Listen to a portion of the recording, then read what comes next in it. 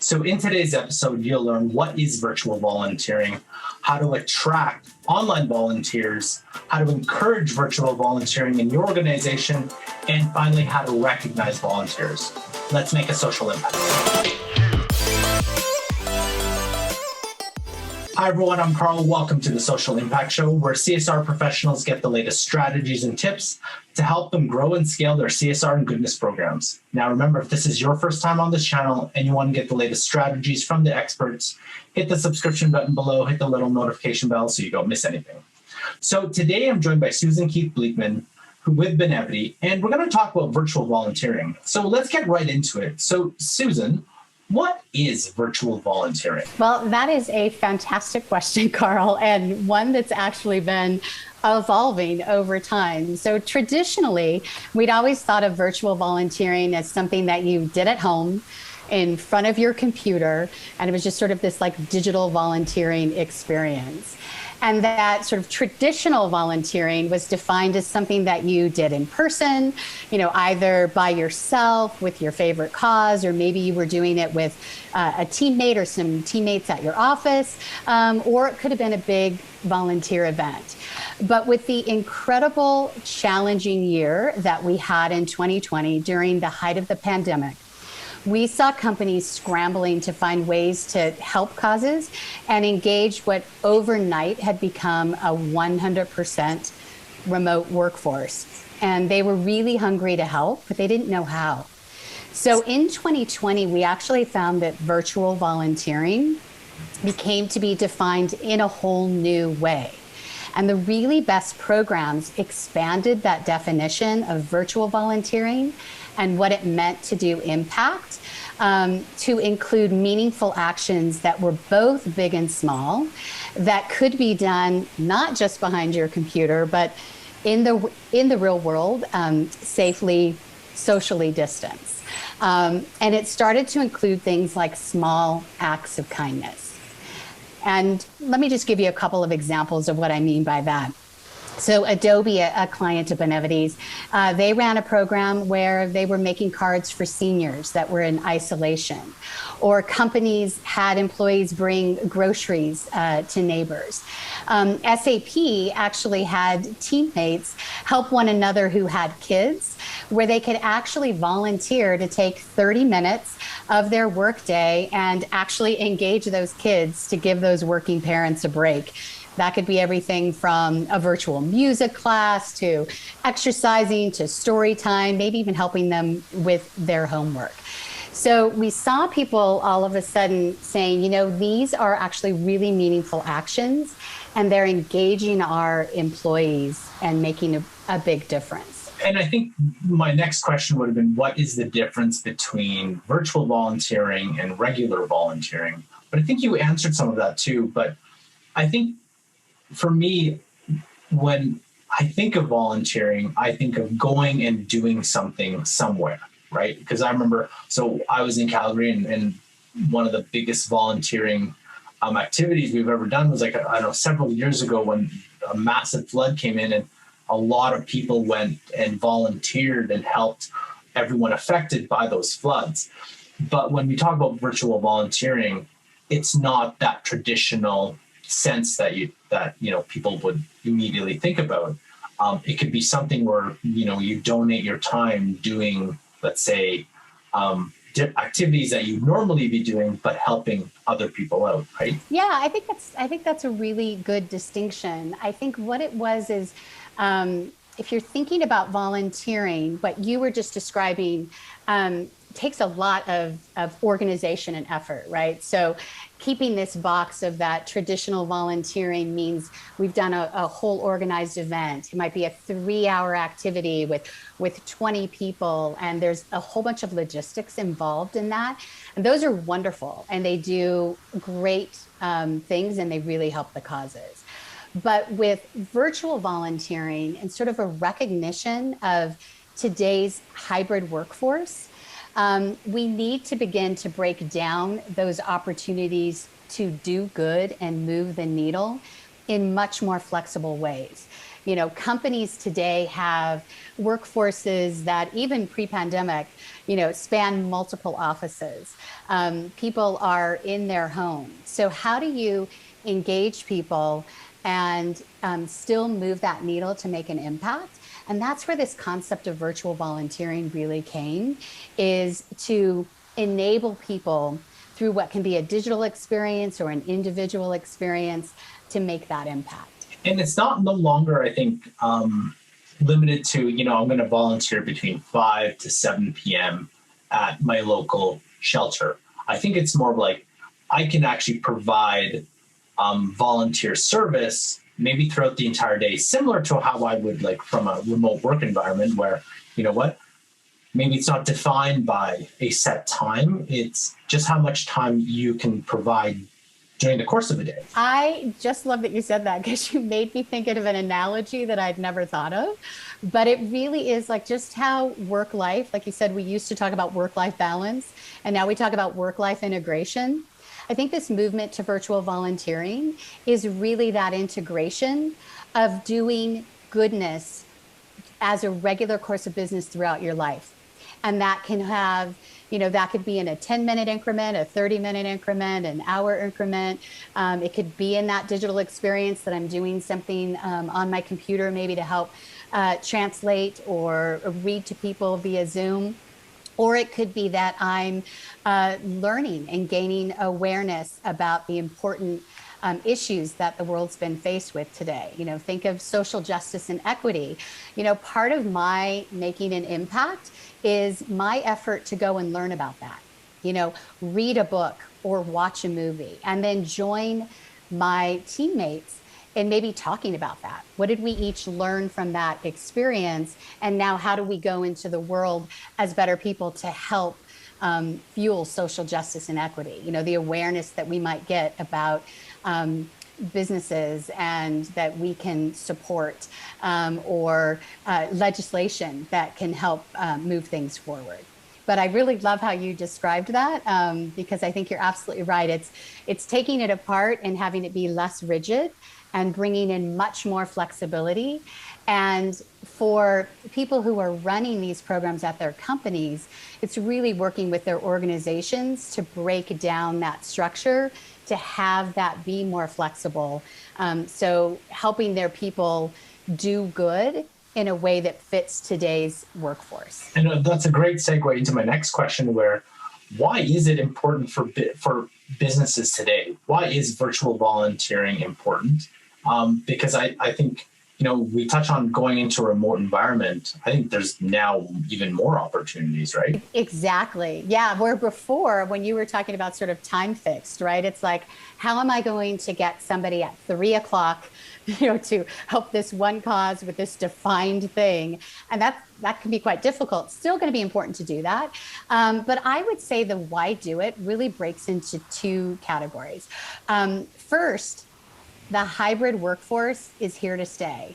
We may be seeing light at the end of the tunnel. We're coming out of the pandemic. But as we look at this year and into the future, we need to be looking at digital first experiences. We are increasingly in a digital world, and our programs need to have a digital mindset. So I would sort of say that's first and foremost, is let's look at the realities of how we are working, how we are volunteering, how we're engaging in the world today. And then second, it works. Companies who embraced virtual volunteering and sort of expanded this definition of impact, we saw that they were able to drive deeper engagement when they created these meaningful digital experiences. They were also able to make their programs more inclusive. I actually had a wonderful quote from the social impact manager at Atlassian, who said, virtual volunteering opened up opportunities for everyone at the company to participate, making volunteering more inclusive.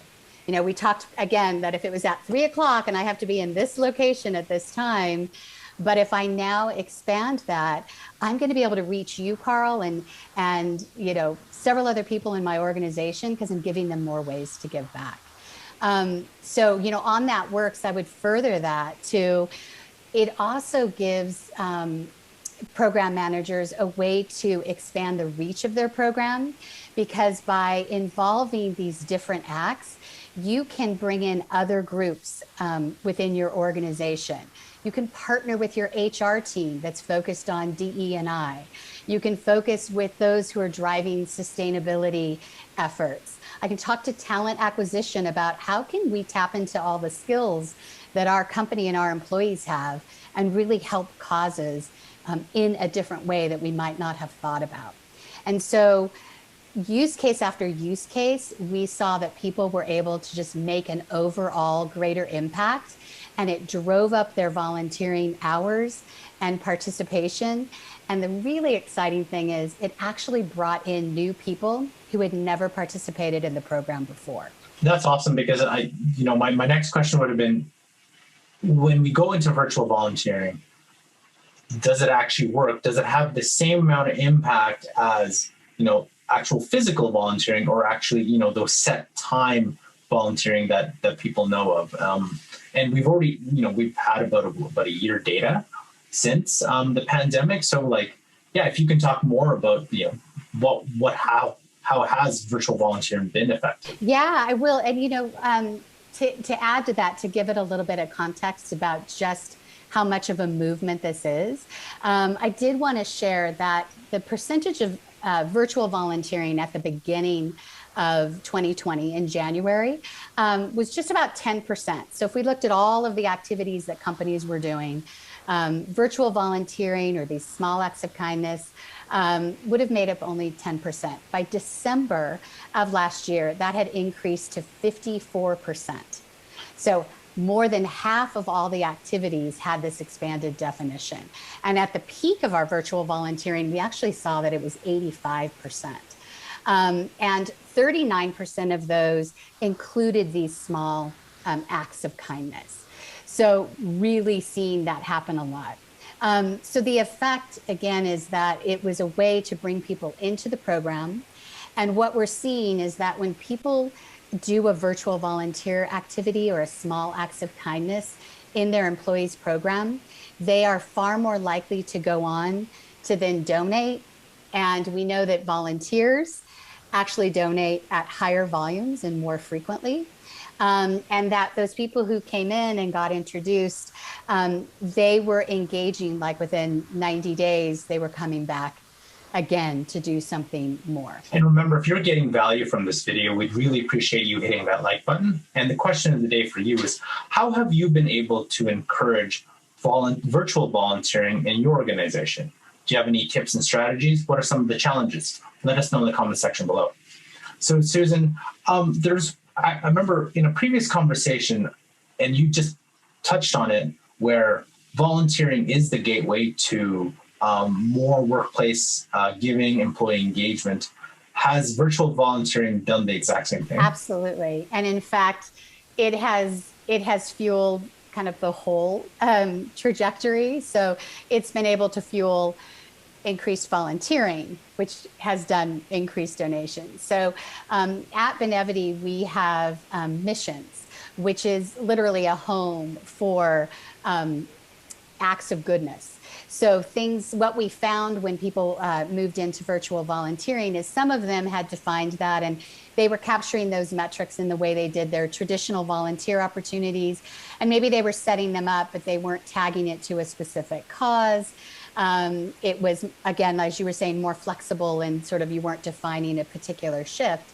And then there were other companies who used Missions as a way to capture this expanded definition. And what we've seen is that Missions has become that gateway to goodness. People you've not been able to get into your program before, they feel like, if I don't have the time for that specific shift, or I can't give you a full hour or 2 hours, or maybe I don't have the money right now to make that donation, but I can probably do an act of goodness. I can get involved with my team around these topics that we're talking about. And so all of a sudden I come into the program and I do something that feels a little more bite-sized, and then it becomes rewarding. And I get that, and I get that experience of doing something with my teammates and being able to have a discussion around it. And then that encourages me to dig deeper. It's sort of, we kind of talk about it as like an engagement scale. It's like once you start to do something and you feel, you mentioned yourself, you've had these great volunteer experiences, and that sense of success when you give back and you do good. So we absolutely find that it becomes this entryway, and then I start to give more of myself and more of my time and learn more on the important issues of my company, and then can go on to donate, and maybe I start to create opportunities as well. And I do find that, with virtual volunteering, there's a lot more opportunities. There's not, here's the defined things that you need to do. There's a lot of opportunities that you can do on your own time that, you, like I was mentioning earlier, you can contribute in when it's, I guess, when it's easier for you than, going into those specific time blocks that, I may not have time, or I'm busy in those times, but with virtual volunteering, I have a lot more opportunity. Absolutely. In fact, we have a partnership with Volunteer Match. And so for those who are familiar with Volunteer Match, they also have a database that is like literally hundreds of thousands of virtual volunteer opportunities. And that's a way to tap into the individual passions of your people. And as you said, in a way that is flexible, no matter where they live, their work hours, what their circumstances are, you're enabling them to give back at a time and in a way that is easy for them to do. Well, basically, you're making it easier to do the engagement.